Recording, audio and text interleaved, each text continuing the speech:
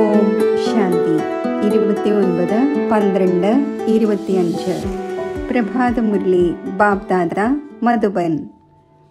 ബാബ പറയുന്നു, മധുരമായ കുട്ടികളെ, ഇപ്പോൾ വീട്ടിലേക്ക് പോകേണ്ടതുണ്ട്. അതിനാൽ ദേഹസഹിതം ദേഹത്തിൻ്റെ സർവബന്ധങ്ങളും മറന്ന് എന്നെ മാത്രം ഓർമ്മിക്കൂ, പാവനമാകൂ. ചോദ്യം: ആത്മാവുമായി ബന്ധപ്പെട്ടുള്ള ഏതൊരു മഹീന കാര്യം മഹീന ബുദ്ധിയുള്ളവർക്ക് തന്നെയാണ് മനസ്സിലാക്കുവാൻ സാധിക്കുന്നത്?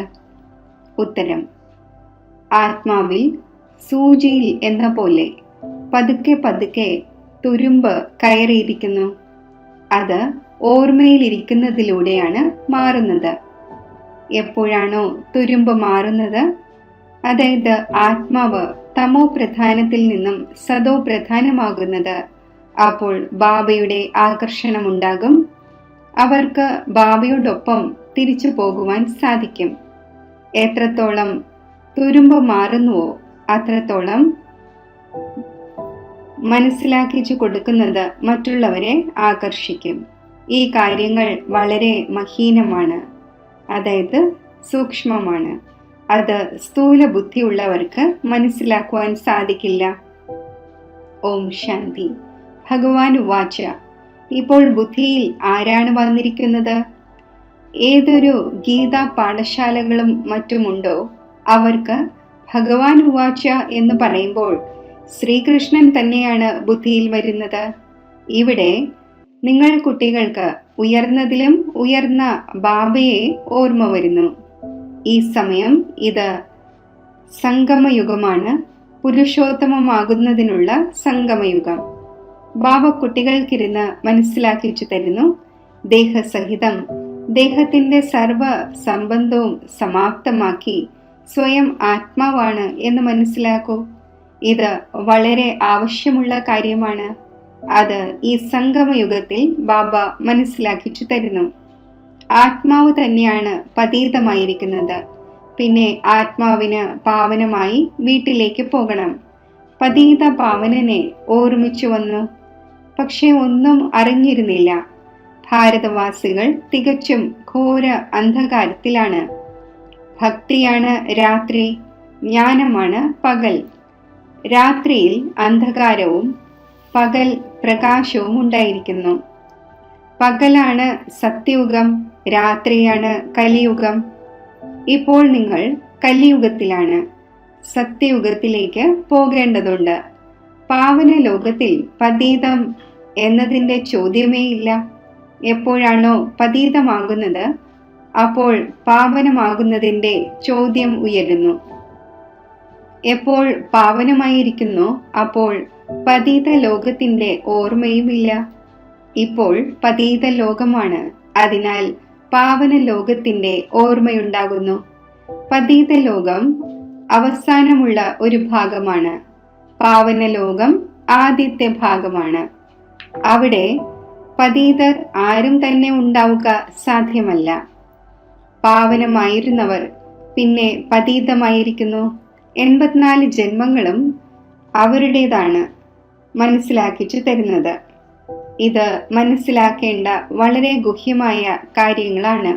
പകുതി കൽപ്പം ഭക്തി ചെയ്തു, അത് ഇത്രയും വേഗത്തിൽ വിട്ടുപോവുക സാധ്യമല്ല.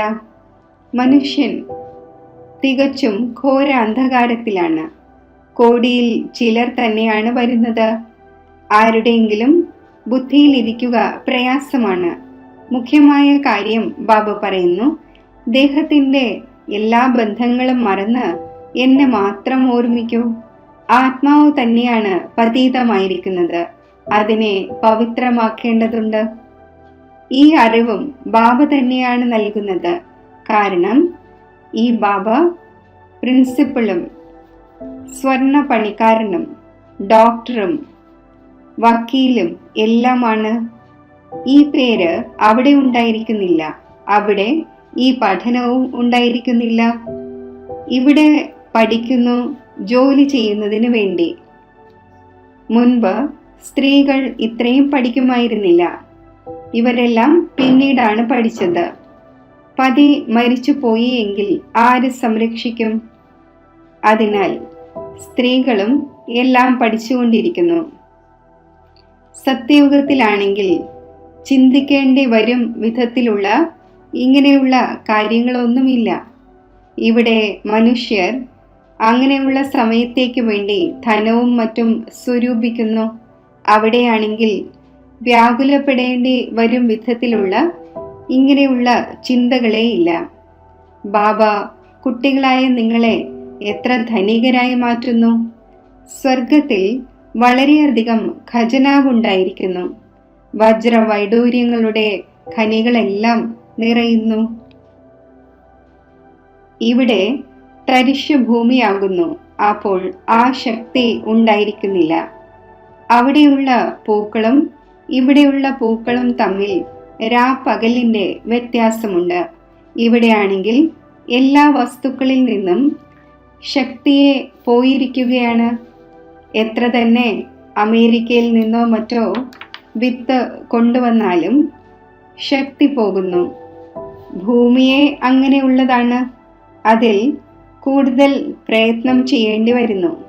അവിടെയാണെങ്കിൽ ഓരോ വസ്തുവും സദോ പ്രധാനമായിരിക്കും. പ്രകൃതിയും സദോ പ്രധാനമാണ്.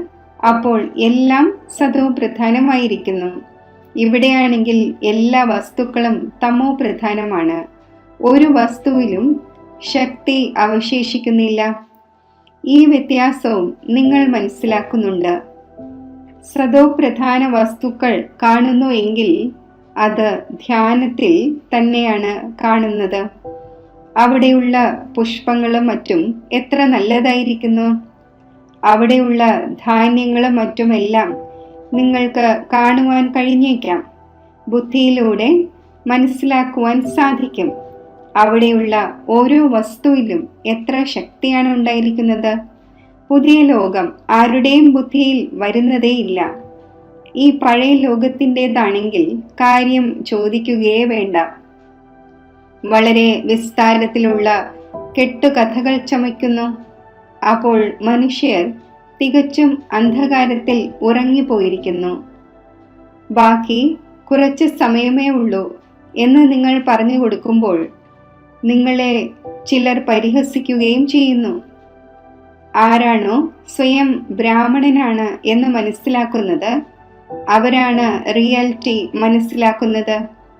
ഇത് പുതിയ ഭാഷയാണ്, ആത്മീയ പഠനമാണല്ലോ.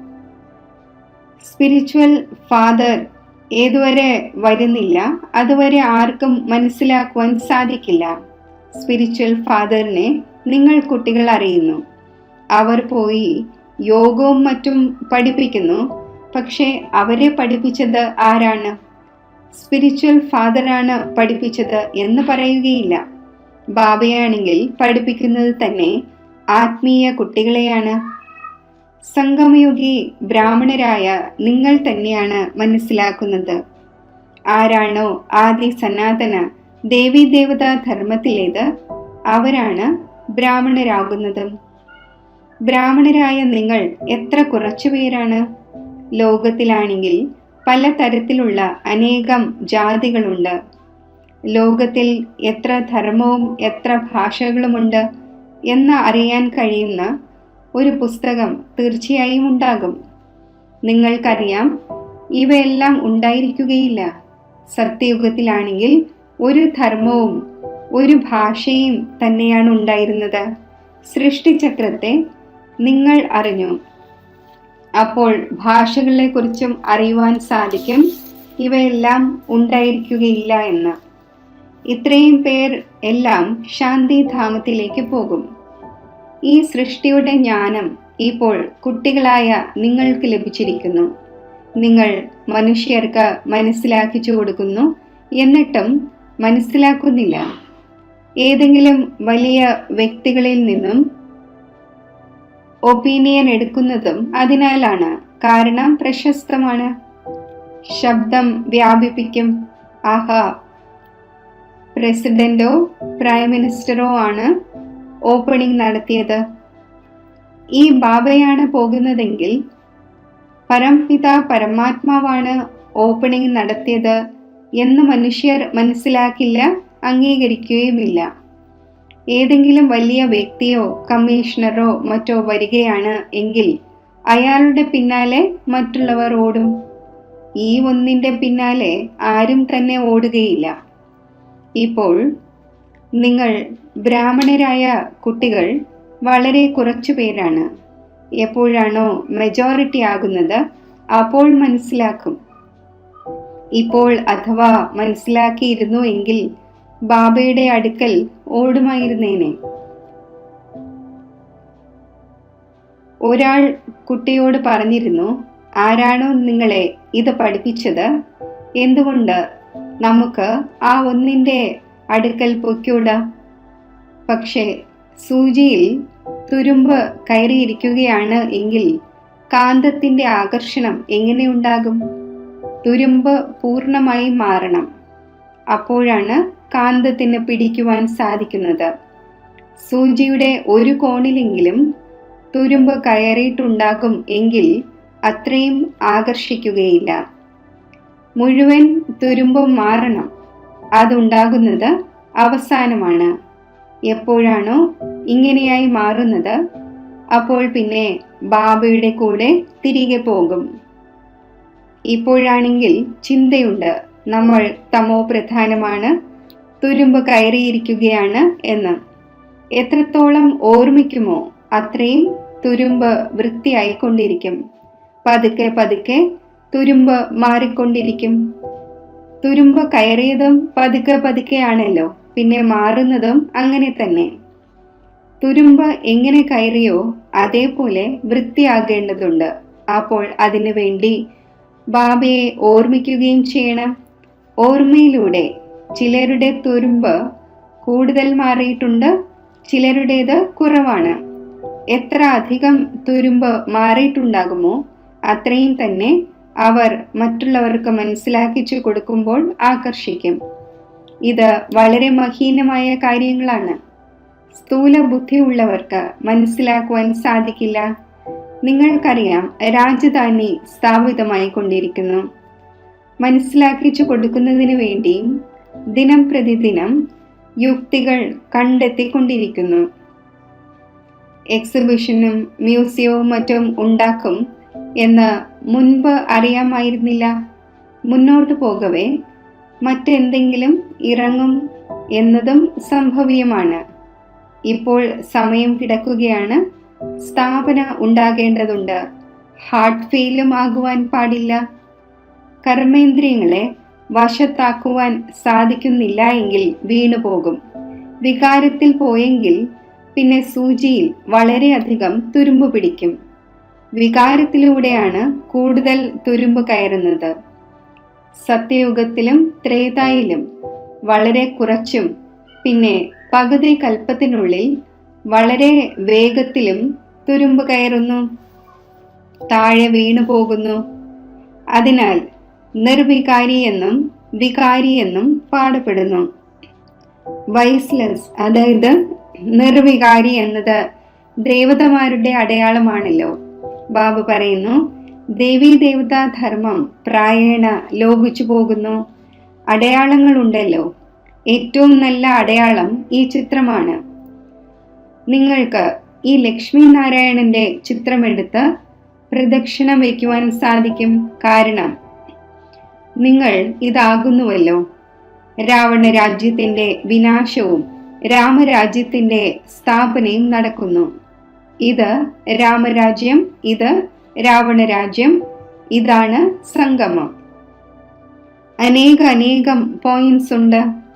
ഡോക്ടർമാരുടെ ബുദ്ധിയിൽ എത്ര ഔഷധങ്ങളാണ് ഓർമ്മയുണ്ടായിരിക്കുന്നത്. വക്കീലിന്റെ ബുദ്ധിയിലും അനേകം പ്രകാരത്തിലുള്ള പോയിന്റ്സ് ഉണ്ട്. അനേകം ടോപ്പിക്സിന്റെ വളരെ നല്ല പുസ്തകം തയ്യാറാക്കുവാൻ സാധിക്കും.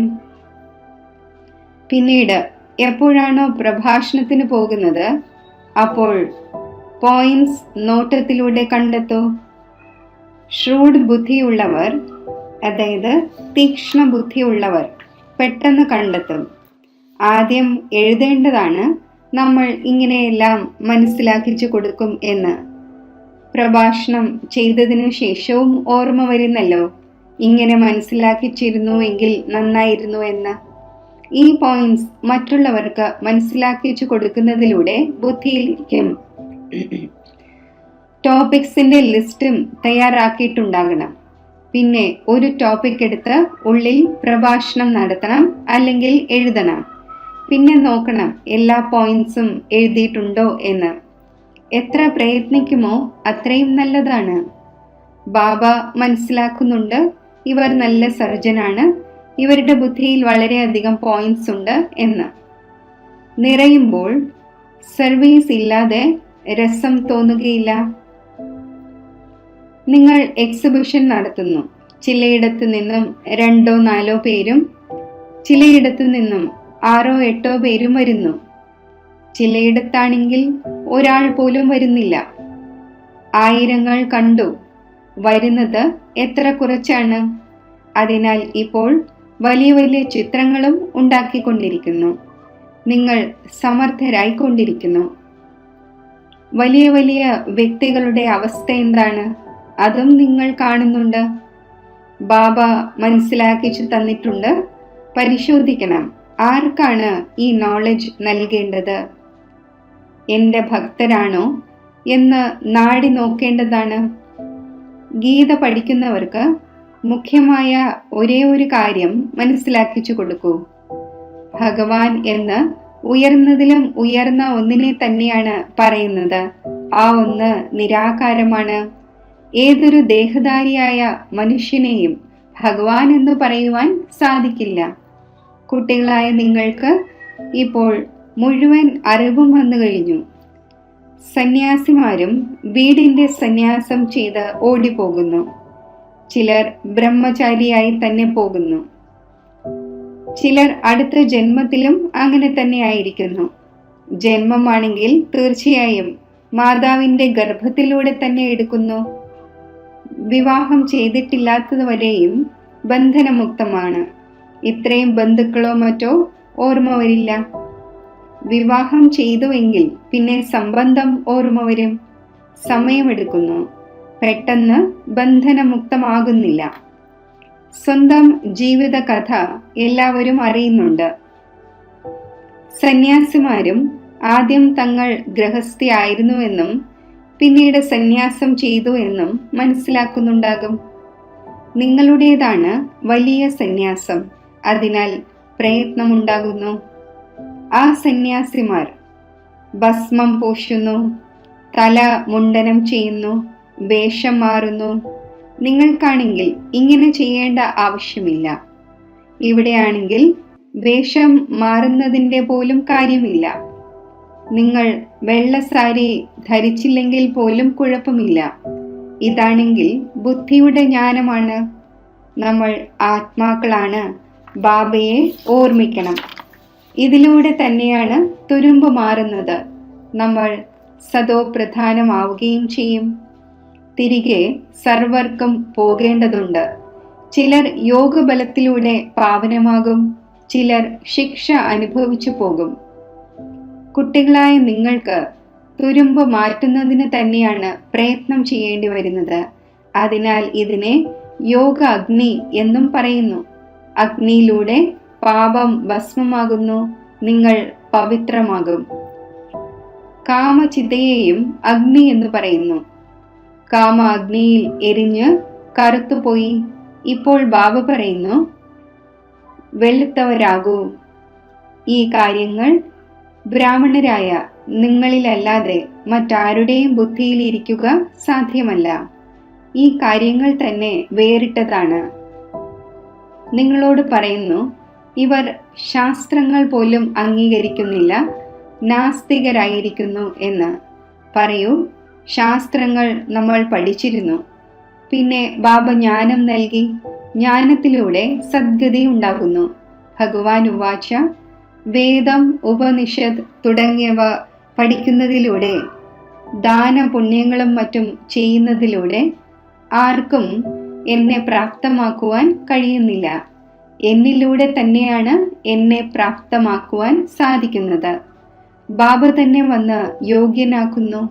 ആത്മാവിൽ തുരുമ്പ് കയറിയിരിക്കുന്നു. അപ്പോൾ ബാബയെ വിളിക്കുന്നു, വന്ന് പാവനമാക്കി മാറ്റൂ എന്ന്. ആത്മാവ് തമോ പ്രധാനമായിരിക്കുന്നു. അതിനെ സദോ പ്രധാനമാക്കണം.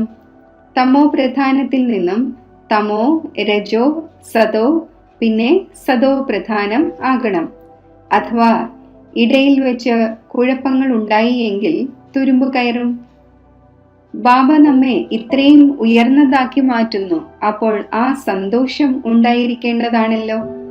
വിദേശത്തും പഠിക്കുന്നതിനു വേണ്ടി സന്തോഷത്തോടെ പോകുന്നുവല്ലോ. ഇപ്പോൾ നിങ്ങൾ എത്ര വിവേകശാലികളാകുന്നു. കലിയുഗത്തിൽ എത്ര തമോ പ്രധാനവും അവിവേകിയും ആകുന്നു. എത്ര സ്നേഹിച്ചാലും അത്രയും കൂടുതൽ എതിരിടുന്നു. കുട്ടികളായ നിങ്ങൾ മനസ്സിലാക്കുന്നുണ്ട്, നമ്മുടെ രാജധാനി സ്ഥാപിതമാകുന്നു. ആര് നല്ല രീതിയിൽ പഠിക്കുമോ, ഓർമ്മയിലിരിക്കുമോ, അവർ നല്ല പദവി നേടും. സാപ്ലിംഗ് ഭാരതത്തിൽ തന്നെയാണ് നടുന്നത്. ദിനം പ്രതിദിനം പത്രങ്ങളിലൂടെയും മറ്റും നിങ്ങളുടെ പേര് പ്രശസ്തമായി കൊണ്ടിരിക്കും. പത്രങ്ങൾ എല്ലാ ഭാഗത്തേക്കും പോകുന്നു. അതേ പത്രം ചിലപ്പോൾ നോക്കൂ നല്ലതിടും, ചിലപ്പോൾ മോശവും. കാരണം അവരും കേട്ട് കേൾവി അനുസരിച്ചാണല്ലോ നടക്കുന്നത്. ആരെന്ത് കേൾപ്പിച്ചുവോ അതെഴുതും. കേട്ട് കേൾവി അനുസരിച്ച് വളരെ പേർ നടക്കുന്നു. അതിനെ പരമത് എന്ന് പറയുന്നു. പരമത് ആസുരീയ മതമായി. ബാബയുടേതാണ് ശ്രീമത്. ആരെങ്കിലും തലകീഴായ കാര്യം പറഞ്ഞുവെങ്കിൽ കഴിഞ്ഞു. വരുന്നത് തന്നെ ഉപേക്ഷിക്കുന്നു. ആരാണോ സർവീസിലിരിക്കുന്നത് അവർക്ക് എല്ലാം അറിയാമായിരിക്കുന്നു. ഇവിടെ നിങ്ങൾ ഏതെല്ലാം സേവനം ചെയ്യുന്നുവോ ഇതാണ് നമ്പർ 1 സേവനം. ഇവിടെ നിങ്ങൾ സേവനം ചെയ്യുന്നു, അവിടെ ഫലം ലഭിക്കുന്നു. കർത്തവ്യമാണെങ്കിൽ ഇവിടെ ബാബയോടൊപ്പം ചെയ്യുന്നുവല്ലോ. ശരി, മധുരമധുരമായ സിഖിലതെ കുട്ടികൾക്ക് മാതാവും പിതാവുമായ ബാബ് ദാദയുടെ സ്നേഹസ്മരണകൾ. Good morning. ആത്മീയ അച്ഛൻ്റെ ആത്മീയ കുട്ടികൾക്ക് നമസ്തേ. ധാരണയ്ക്കുള്ള മുഖ്യസാരം: ആത്മാവാകുന്ന സൂചിയിൽ തുരുമ്പ് കയറിയിരിക്കുന്നു. അതിനെ യോഗബലത്തിലൂടെ മാറ്റി സദോ പ്രധാനം ആകുന്നതിൻ്റെ പ്രയത്നം ചെയ്യണം. ഒരിക്കലും കേട്ട് കേൾവിയുടെ കാര്യങ്ങളനുസരിച്ച് നടന്ന പഠനം ഉപേക്ഷിക്കരുത്. ബുദ്ധിയെ ജ്ഞാനത്തിൻ്റെ പോയിന്റ്സിനാൽ നിറച്ച് സർവീസ് ചെയ്യണം. നാടി നോക്കി ജ്ഞാനം നൽകണം. വളരെയധികം തീക്ഷ്ണ ബുദ്ധിയാകണം. വരദാനം: കലിയുഗി ലോകത്തിലെ ദുഃഖത്തിൻ്റെയും അശാന്തിയുടെയും ദൃശ്യങ്ങൾ കാണുമ്പോഴും സദാ സാക്ഷിയും പരിധിയില്ലാത്ത വൈരാഗ്യവുമായി ഭവിക്കട്ടെ. ഈ കലിയുഗി ലോകത്തിൽ എന്തുതന്നെ സംഭവിച്ചാലും താങ്കളുടേത് സദാ കയറുന്ന കലയാണ്. ലോകത്തുള്ളവർക്ക് നിലവിളികളാണ്, താങ്കൾക്ക് ജയ ജയ ഘോഷമാണ്. താങ്കൾ ഏതൊരു പരിതസ്ഥിതി കാരണവും ഭയപ്പെടുന്നില്ല. കാരണം താങ്കൾ ആദ്യമേ തന്നെ തയ്യാറാണ്. സാക്ഷിയായി ഓരോ പ്രകാരത്തിലുമുള്ള കളി കണ്ടുകൊണ്ടിരിക്കുകയാണ്. ചിലർ കരയുന്നു, നിലവിളിക്കുന്നു. സാക്ഷിയായി കാണുന്നതിൽ രസം തോന്നുന്നു. ആരാണോ കലിയുഗി ലോകത്തിലെ ദുഃഖത്തിൻ്റെയും അശാന്തിയുടെയും ദൃശ്യങ്ങൾ സാക്ഷിയായി കാണുന്നത്, അവർ സഹജമായി തന്നെ പരിധിയില്ലാത്ത വൈരാഗിയായി മാറുന്നു. സ്ലോഗൻ: ഏതൊരു ഭൂമിയെയും തയ്യാറാക്കണമെങ്കിൽ വാക്കിനോടൊപ്പം വൃത്തിയിലൂടെ സേവനം ചെയ്യൂ. അവ്യക്ത സൂചന: ഇപ്പോൾ സമ്പന്നവും കർമാതീതവും ആകുന്നതിൻ്റെ ഈണം മുഴക്കൂ. ഏതുപോലെ ഏതെങ്കിലും മെഷീനറി സെറ്റ് ചെയ്യുമ്പോൾ ഒരു തവണ സെറ്റ് ചെയ്തു കഴിഞ്ഞാൽ പിന്നെ ഓട്ടോമാറ്റിക്കലി പ്രവർത്തിച്ചു കൊണ്ടിരിക്കുന്നു. ഇതേ രീതിയിൽ തൻ്റെ സമ്പൂർണ്ണ സ്റ്റേജിൻ്റെ അഥവാ ബാബയ്ക്ക് സമാനം സ്റ്റേജിൻ്റെ അഥവാ കർമാതീത സ്ഥിതിയുടെ സ്റ്റേജിൻ്റെ സെറ്റിനെ ഈ വിധം സെറ്റ് ചെയ്യൂ. പിന്നെ അതിലൂടെ സങ്കല്പവും വാക്കും കർമ്മവും ആ സെറ്റിംഗ് അനുസരിച്ച് ഓട്ടോമാറ്റിക്കായി നടന്നുകൊണ്ടിരിക്കട്ടെ. ഓം ശാന്തി.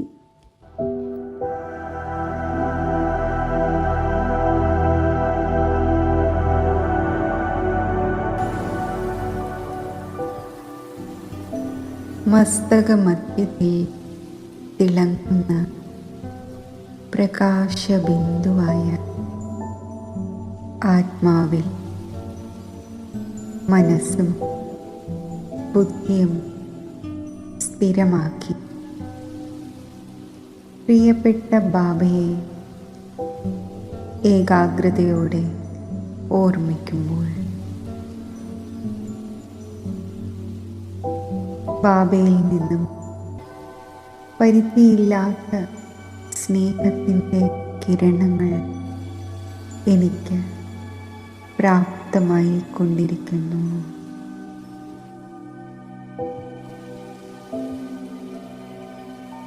ഈശ്വരീയ സ്നേഹത്താൽ എൻ്റെ ഹൃദയം നിറയുന്നു. പരിധിയുള്ള മോഹമമത്വങ്ങൾ സാരരഹിതമാക്കുന്ന അനുഭവം വരുത്തുന്ന ഈ ഈശ്വരീയ സ്നേഹം എത്ര ഉയർന്നതും ദിവ്യവും തൃപ്തി നൽകുന്നതുമാണ്.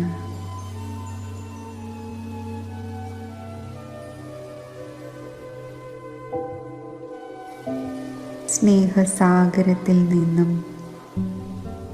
ഒരു തുള്ളി സ്നേഹത്തിന് വേണ്ടി ദാഹിക്കുന്ന അന്യ ആത്മാക്കൾക്ക് ഞാൻ